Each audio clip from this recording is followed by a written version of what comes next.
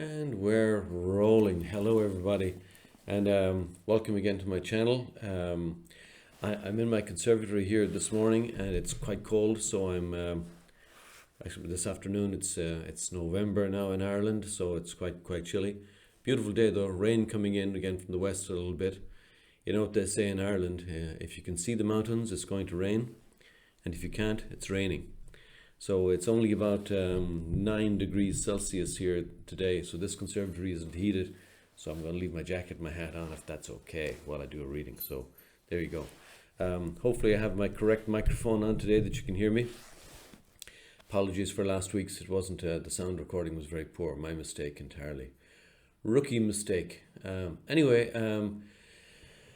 Last week we took a look at the what's known as the big book of Alcoholics Anonymous, and we read the doctor's opinion and some of the forewords. So today I was thinking I just might take a read from chapter 1, and I might just do chapters 1, 3, and 5, say, just for readings over the weeks.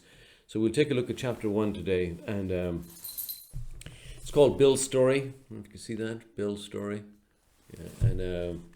So the text is called Alcoholics Anonymous. The third edition, in Alcoholics Anonymous, they refer to this as the Big Book. So anyway, here we go. Hopefully you can hear me okay now. Anyway, chapter 1, Bill's Story. Oh, and by the way, my cat is around again, so hopefully she'll find a quiet spot and lie down in it. I have a comfy chair over there for her. Yep, yes, she's going into it, and hopefully she'll stay there. Okay, anyway. Chapter 1, Bill's Story. War fever ran, this is written in 1938, somewhere around there. Yeah, 38, 19, yeah, around 38, I think, yeah. War fever ran high in the New England town to which we knew young officers from Plattsburgh were assigned, and we were flattered when the first citizens took us to their homes, making us feel heroic. Here was love, applause, war, moments sublime with intervals hilarious. I was part of life at last, and in the midst of the excitement I discovered liquor. I forgot the strong warnings and the prejudices of my people concerning drink. In time we sailed for over there. I was very lonely and again turned to alcohol.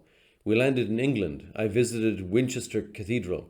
Much loved, I wandered outside. My attention was caught by a doggerel on an old tombstone. Here lies a Hampshire grenadier who caught his death drinking cold small beer. A good soldier is ne'er forgot, whether he dieth by musket or by pot. Ominous warning, which I failed to heed. 22, and a veteran of foreign wars, I went home at last. I fancied myself a leader, for had not the men of my battery given me special token of appreciation. My talent for leadership, I imagined, would place me at the head of vast enterprises, which I would manage with the utmost assurance. I took a night law course and obtained employment as an investor for a surety company. The drive for success was on. I'd proved to the world I was important.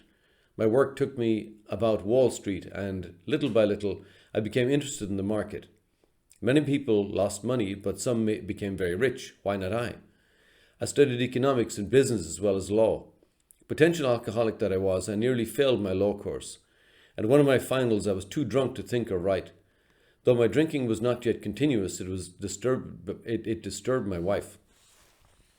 We had long talks when I would still her forebodings by telling her that men of genius conceived their best projects when drunk, that the most majestic constructions of philosophic thought were so derived. By the time I had completed the course, I knew the law was not for me. The inviting maelstrom of Wall Street had me in its grip. Business and financial leaders were my heroes. Out of this alloy of drink and speculation, I commenced to forge the weapon that one day would turn in its flight like a boomerang and all but cut me to ribbons. Living modestly, my wife and I saved $1,000. It went into certain securities, then cheap and rather unpopular. I rightly imagined that they would someday have a great rise. I failed to persuade my broker friends to send me out looking over factories and managements, but my wife and I decided to go anyway. I developed a theory that most people lost money in stocks through ignorance of markets. I discovered many more reasons later on. We gave up our positions and off we roared on a motorcycle, the sidecar stuffed with tent, blankets, a change of clothes, and 3 huge volumes of financial reference service. Our friends thought a lunacy commission should be appointed. Perhaps they were right.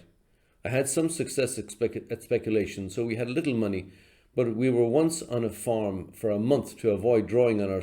We once worked on a farm for a month to avoid drawing on our small capital. That was the last honest manual labour of my part for many a day. We discovered the whole eastern United States in a year. We covered the whole eastern United States in a year. At the end of it, my reports to Wall Street procured me a position there and the use of a large expense account. The exercise of an option brought in more money, leaving us with a profit of several $1,000s for that year. For the next few years, fortune threw money and applause my way. I had arrived. My judgment and ideas were followed by many to the tune of paper millions. The great boom of the late 20s was seething and swelling. Drink was taking an important and exhilarating part in my life. There was loud talk in the jazz places uptown. Everyone spent in thousands and chattered in millions. Scoffers could scoff and be damned.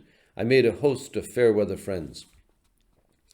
My drinking assumed more serious proportions, continuing all day and almost every night. The remonstrances of my friends terminated in a row, and I became a lone wolf. There were many unhappy scenes in our sumptuous apartment. There had been no real infidelity, for our loyalty to my wife helped at times by extreme drunkenness kept me out of those scrapes. In 1929 I contracted golf fever. We went at once to the country, my wife to applaud while I started out to overtake Walter Hagen. Liquor caught up with me much faster than I came up behind Walter. I began to be jittery in the morning. Golf permitted drinking. Golf permitted drinking every night, every day and every night. It was fun to carom around the exclusive course which had inspired such awe in me as a lad. I acquired the impeccable coat of tan one sees upon the well-to-do. The local banker watched me whirl fat checks in and out of his till with amused skepticism. Abruptly in October 1929, hell broke loose on the New York Stock Exchange. After one of those days of inferno, I wobbled from a hotel bar to a brokerage office. It was 8 o'clock, 5 hours after the market closed. The tickers still clattered. I was staring at an inch of the tape which bore the inscription XYZ32. It had been 52 that morning. I was finished, and so were many friends. The papers reported men jumping to deaths from the towers of high finance. That disgusted me. I would not jump. I went back to the bar. My friends had dropped several million since 10 o'clock. So what? Tomorrow was another day. As I drank, the old fierce determination to win came back. Next morning I telephoned a friend in Montreal. He had plenty of money left and thought I had better go to Canada. By the following spring we were living in our accustomed style. I felt like Napoleon returning from Elba. No St. Helena for me. But drinking caught up with me again and my generous friend had to let me go. This time we stayed broke.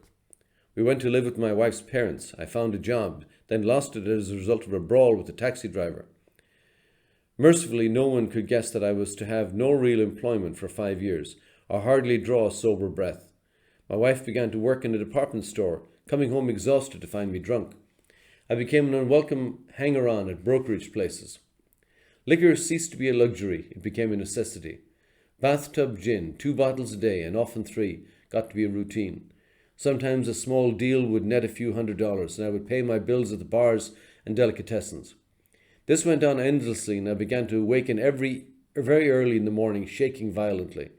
A tumbler full of gin, followed by half a dozen bottles of beer, would be required if I were to eat any breakfast. Nevertheless, I still thought I could control the situation, and there were periods of sobriety which renewed my wife's hope. Gradually things got worse. The house was taken over by the mortgage holder. My mother-in-law died, and my wife and father-in-law became ill. Then I got a promising business opportunity. Stocks were at the low point in 1932, and I had somehow formed a group to buy. I was to share generously in the profits. Then I went on a prodigious bender, and that chance vanished. I woke up. This had to be stopped. I saw I could not take so much as one drink. I was through forever. Before then I had written lots of sweet promises, but my wife happily observed that this time I meant business, and so did I. Shortly afterward, I came home drunk. There had been no fight. Where there had been my high resolve, I simply didn't know. It hadn't even come to mind. Someone had pushed a drink my way, and I had taken it. Was I crazy? I began to wonder, for such an appalling lack of perspective seemed near being just that. Renewing my resolve, I tried again. Some time passed, and confidence began to be replaced by cocksuredness. I could laugh at the gin mills. Now I had what it takes. One day, I walked into a cafe to telephone. In no time, I was beating on the bar, asking myself how it happened. As the whiskey rose to my head, I told myself I would manage better next time, but I might as well get good and drunk then, and I did. The remorse, horror, and hopelessness of the next morning are unforgettable. The courage to do battle was not there. My brain raced uncontrollably, and there was a certain sense of impending calamity. I hardly dared cross the street lest I collapse and be run down by an early morning truck, for it was scarcely daylight. An all-night place supplied me with a dozen glasses of ale. My writhing nerves were stilled at last. A morning paper told me the market had gone to hell again. Well, so had I. The market would recover, but I wouldn't. That was a hard thought. Should I kill myself? No, not now. Then a mental fog settled down. Gin would fix that. So 2 bottles and oblivion.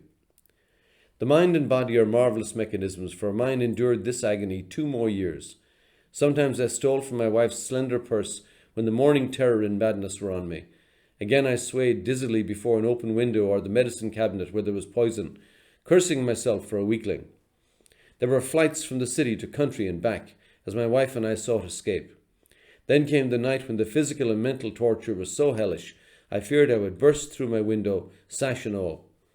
Somehow I managed to drag my mattress to a lower floor, lest I suddenly leap. A doctor came with a heavy sedative. Next day found me drinking both gin and sedative.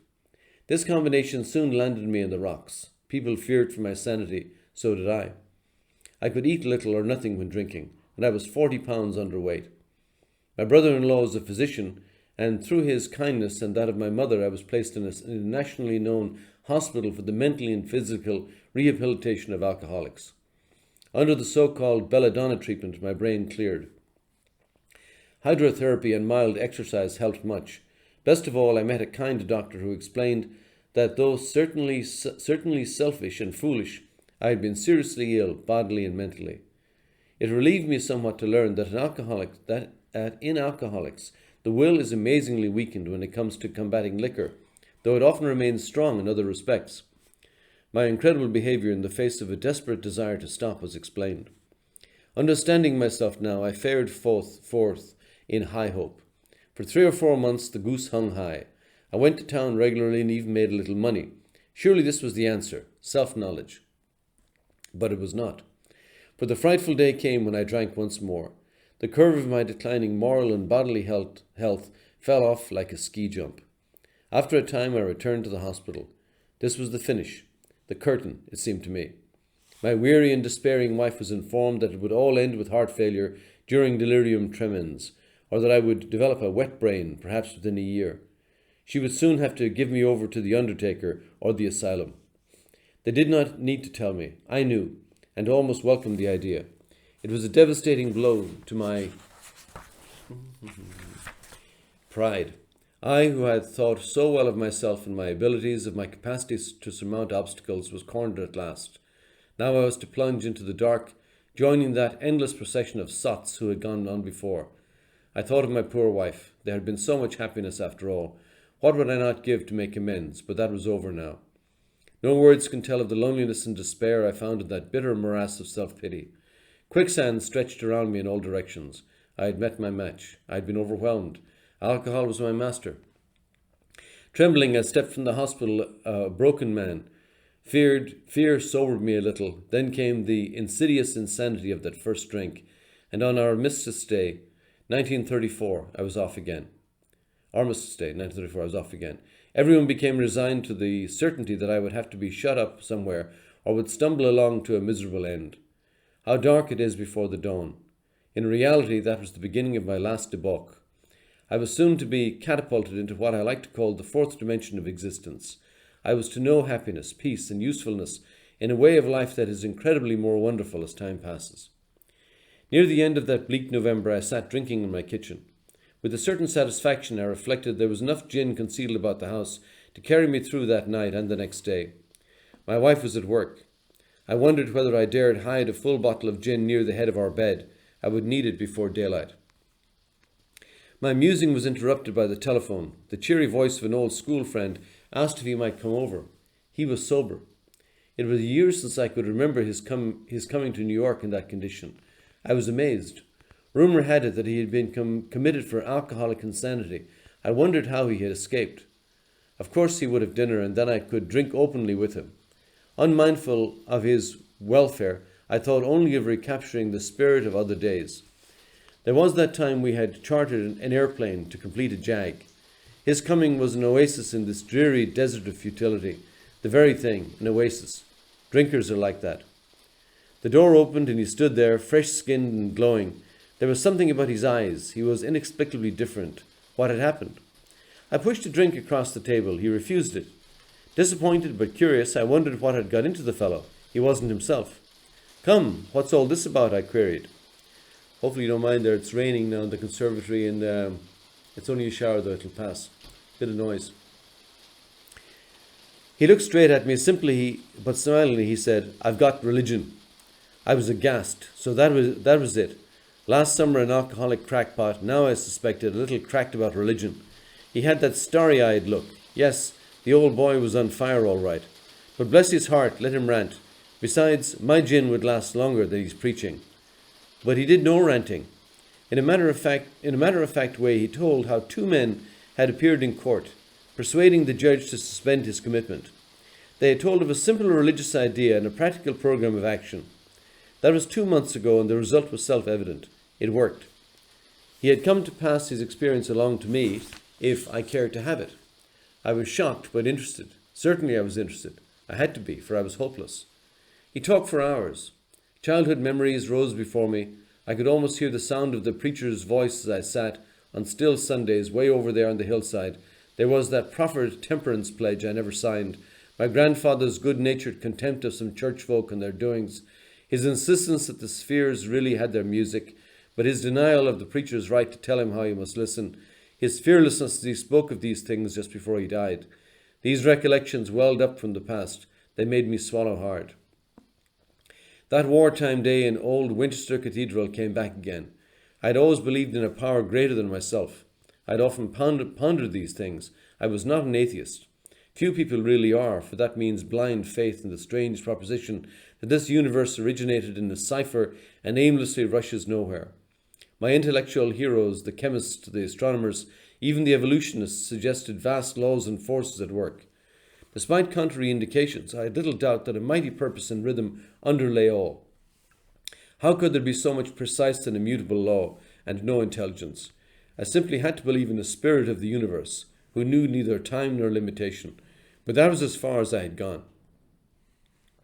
With ministers and the world religions, I parted right there. When they talked of a God personal to me who was love, superhuman strength and direction, I became irritated and my mind snapped shut against such a theory. To Christ I conceded the certainty of a great man, not too closely followed by those who claimed him. His moral teaching most excellent. For myself I had adopted those parts which seemed convenient and not too difficult. The rest I discarded. The wars which had been fought, the burnings and chicanery that religious dispute had facilitated, made me sick. I honestly doubted whether on balance the religions of mankind had done any good. Judging from what I'd seen in Europe and since, the power of God in human affairs was negligible, the brotherhood of man a grim jest. If there was a devil, he seemed the boss universal, and he certainly had me. But my friend sat before me, and he made the point-blank declaration that God had done for him what he could not do for himself. His human will had failed. Doctors had pronounced him incurable. Society was about to lock him up. Like myself, he had admitted complete defeat. Then he had, in effect, been raised from the dead, suddenly taken from the scrap heap to a level of life better than the best he had ever known. Had this power originated in him? Obviously it had not. There had been no more power in him than there was in me at that minute, and this was none at all. That floored me. It began to look as though religious people were right after all. Here was something at work in a human heart which had done the impossible. My ideas about miracles were drastically revised right then. Never mind the musty past. Here sat a miracle directly across the kitchen table. He shouted great tidings. I saw that my friend was much more than inwardly reorganized. He was on a different footing. His words, just looking at the time here, okay, his roots grasped a new soil.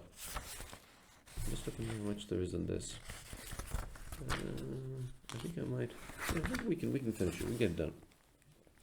Despite the living example of my friend, there remained in me the vestiges of my old prejudice. The word God still aroused a certain antipathy. When the thought was expressed that there might be a God personal to me, this feeling was intensified.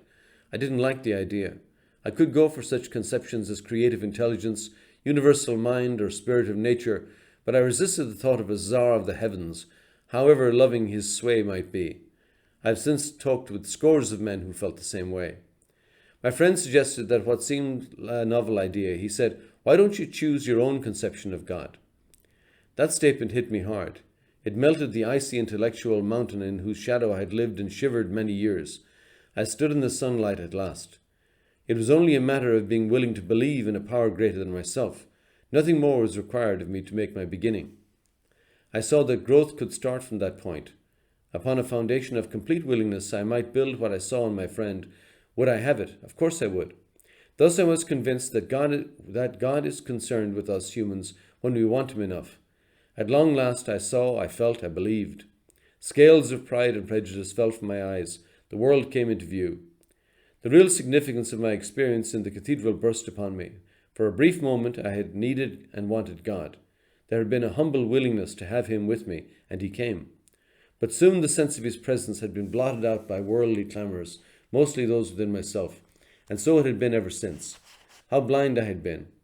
At the hospital I was separated from alcohol for the last time. Treatment seemed wise, for I showed signs of delirium tremens. There I humbly offered myself to God, and as I then understood him to do with me as he would. I placed myself unreservedly under his care and direction. I admitted for the first time of myself that I was nothing, that without him I was lost.